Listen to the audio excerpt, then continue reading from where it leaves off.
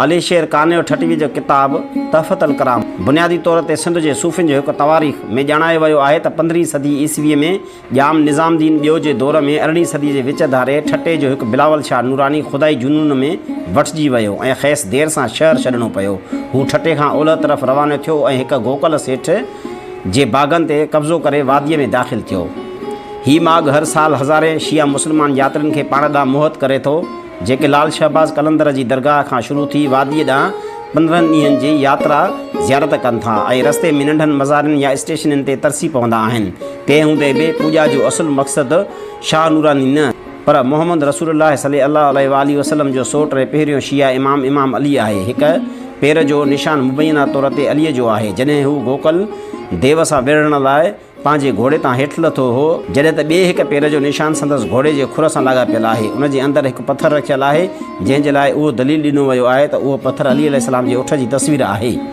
लाहौत हिकु आबशार मां निहायत ऊचे जबल ते गार वांगुरु जॻह आहे। लाहौत क़दीम ज़माने खां सूफ़िन, जोगिन, सन्यासिन ऐं बुज़ुर्गनि जी चुल्हकशी ऐं ज़ियारत गाह वारो आस्थान रहियो आहे। लाहौत लामकान वारो माॻ कराची ऐं हब खां लाहौत ईंदड़ रोड जे ओलह में बुलंद टकरीअ ते आहे। मोहब्बत फ़क़ीर जी मज़ार वटि पहुचण खां अॻु रोड वटि लाहौत लामकान जो साइन बोर्ड लॻल आहे। उन जाइ ते मस्जिद ऐं नंढो होटल बि आहे जितां ओलह तरफ़ सफ़र शुरू थिए थो। लाहौत वारे माॻ ते रसण निहायत मुश्किल ऐं औखो कमु आहे। जबल खे उभियूं चाढ़ियूं आहिनि, किथे त लोही ॾाकणियूं बि लॻल आहिनि। लाहौत लामकान शाह बिलावल नूरानी जी मज़ार जे ॾखण में वाक़िअ आहे। उतां बि लाहौत वारी गार ते रसण लाइ रस्तो आहे, जेको टकरियूं सर कंदे लाहौत वारी गार ताईं अचे थो, पर अक्सर लाहौती रोड वटां निकिरंदड़ रस्ते सां लाहौत जी गार ॾांहुं पंधु कंदा आहिनि।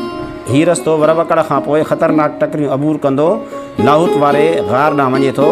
किथे किथे त लोही ॾाकणियूं बि लॻल आहिनि। हिन रस्ते में हिकु नंढी होटल बि आहे जिते लाहौती थकु भञण ऐं चांहि पीअनि था। हिन ई रस्ते सां को दुकान बि आहे जितां लाहौत जी गार जा पांधीअड़ा तबरक तौरु शयूं ख़रीद कनि था। हिन रस्ते सां सजदे गाह आहे। सजदे गाह खां पोइ लाहौत वारी गार अचे थी। गार वटि सोढ़ी जॻह आहे जितां गार में वञण लाइ लोही ॾाकणु लॻल आहे। लाहौत वारी गार में दाख़िल थियण खां पोइ उते पियल साबुण सां हथ मुंहुं धोइणो पवंदो आहे। उहो साबुण पिणु पथर जो आहे जेको साबुण वांगुरु कमु करे थो। चवनि था त उन साबुण सां मुंहुं धोइण सां गार में दाख़िल थियण खां पोइ सभु कुझु नज़र ईंदो आहे।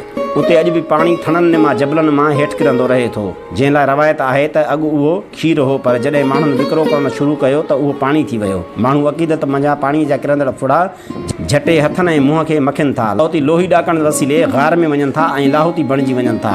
लाहौतियुनि जे चवण मूजिबि गार में शींहं ऐं ॾाची जूं शिकलियूं नज़र अचनि थियूं, जिन खे हज़रत अली अलैहिस्सलाम सां मनसूब कनि था। लाहौत लामकान ऐं सैयद बिलावल शाह नूरानी जे इलाइक़े ॾांहुं ॿियनि इलाइक़नि खां रस्ता निकिरनि था। हिकु सेवण शरीफ़ खां झांगारा बाज़ार अचे थो, जितां नेंग शरीफ़ ऐं नगावल खां थींदो दरे जी पहुचे थो ऐं पोइ लाहौत अचे थो। कराची नादरन बाईपास खां हब खां शाह नूरानी वञे थो। टियों रस्तो करचाट खां बि लाहौत लामकान लाइ निकिरे थो। चौथों रस्तो जोईअ खां टंडो रहीम ख़ान लोहीअ ऐं दरेजीअ खां थींदो लाहौत वञे थो। लाहौत लामकान भेटण सआदत में शुमार थिए थो।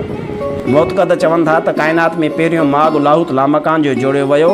किन रवायतुनि में आहे त हज़रत आदम ऐं बीबी हवा खे हिते ई लाथो वियो हो, जिन बारगाह इलाहीअ में सजदो कयो हो। उन सजदे वारी जाइ ते सजदे गाह टाइल्स सां जुड़ियल आहे, जंहिंखे हज़रत आदम जी मस्जिद बि चयो वञे थो। हीअ सजदे गाह लाहौत वारनि गारनि ॾांहुं ईंदड़ रस्ते सां वाक़िअ आहे।